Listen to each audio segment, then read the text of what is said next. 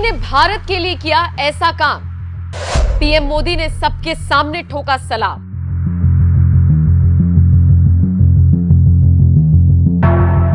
नमस्कार, मैं हूं आपके साथ नम्रता और आप देख रहे हैं एनएमएफ न्यूज। मुस्लिम देश यूएई में COP28 आयोजित किया जा रहा है, जो 29 नवंबर से लेकर 12 दिसंबर तक चलेगा।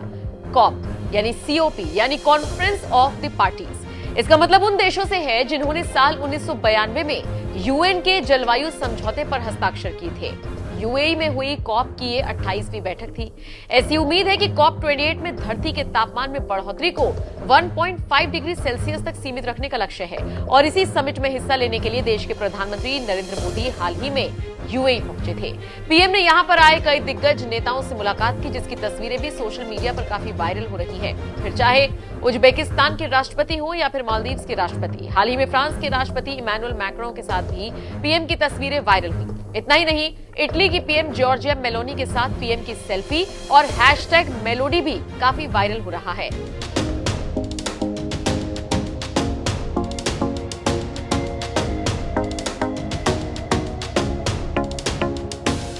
खैर, पीएम ने दुबई में आयोजित COP28 समिट में शिरकत करने के बाद भारत वापसी कर ली है।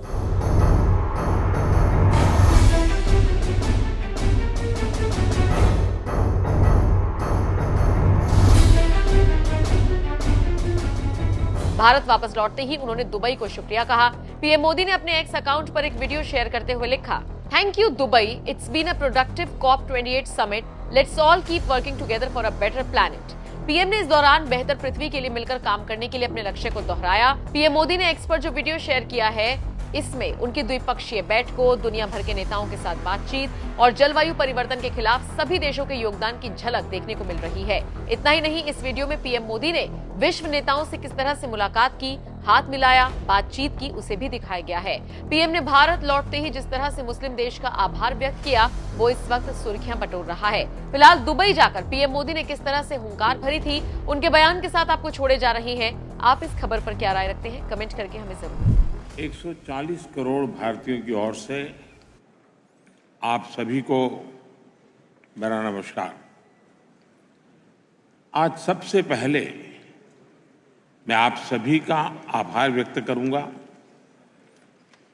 मेरे द्वारा उठाए गए क्लाइमेट जस्टिस, क्लाइमेट फाइनेंस और ग्रीन क्रेडिट जैसे विषयों को आपने निरंतर समर्थन दिया है।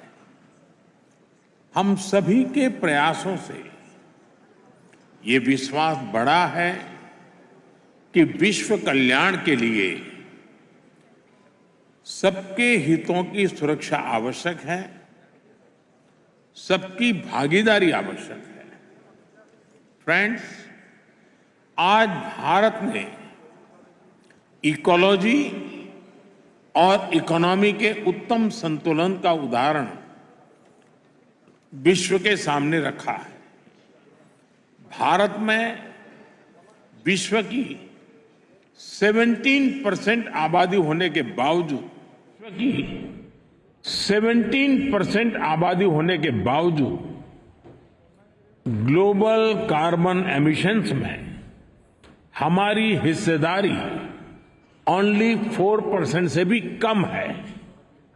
भारत विश्व की उन कुछ इकोनॉमीज में से एक है जो एनडीसी टारगेट्स को पूरा करने की राह पर है।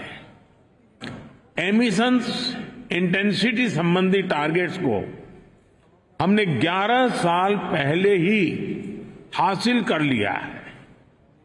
नॉन फॉसिल फ्यूल टारगेट्स को हम निर्धारित समय से 9 साल पहले ही प्राप्त कर चुके हैं और भारत ने इतने पर ही नहीं रुके हैं। हमारा लक्ष्य 2030 तक एमिशंस इंटेंसिफाई को 45% घटाना है। हमने तय किया है कि नॉन फॉसिल फ्यूल का शेयर हम बढ़ाकर 50% करेंगे और हम 2070 तक नेट जीरो के लक्ष्य की तरफ भी बढ़ते रहेंगे। फ्रेंड्स, भारत ने अपनी G20 प्रेसिडेंसी में one earth, one family, one future की भावना के साथ क्लाइमेट के विषय को निरंतर महत्व दिया है। सस्टेनेबल फ्यूचर के लिए हमने मिलकर ग्रीन डेवलपमेंट पैक्ट पर सहमति बनाई। हमने लाइफस्टाइल फॉर सस्टेनेबल डेवलपमेंट के सिद्धांत तय किए। हमने वैश्विक स्तर पर रिन्यूएबल एनर्जी को 3 गुना करने की प्रतिबद्धता जताई। भारत ने ऑल्टरनेट फ्यूल्स के लिए हाइड्रोजन के क्षेत्र को बढ़ावा दिया और ग्लोबल बायोफ्यूल्स अलायंस भी लॉन्च किया। हम मिलकर इस नतीजे पर पहुंचे कि क्लाइमेट फाइनेंस कमिटमेंट को बिलियन से बढ़ाकर कई ट्रिलियन तक ले जाने की आवश्यकता है। साथियों, ग्लासगो में भारत ने आइलैंड स्टेट्स के लिए इंफ्रास्ट्रक्चर रेजिलिएंट इनिशिएटिव की शुरुआत की थी। भारत 13 देशों में इससे जुड़े प्रोजेक्ट्स तेजी से आगे बढ़ा रहा है। ग्लासगो में ही मैंने mission life style for environment का विजन आपके सामने रखा था।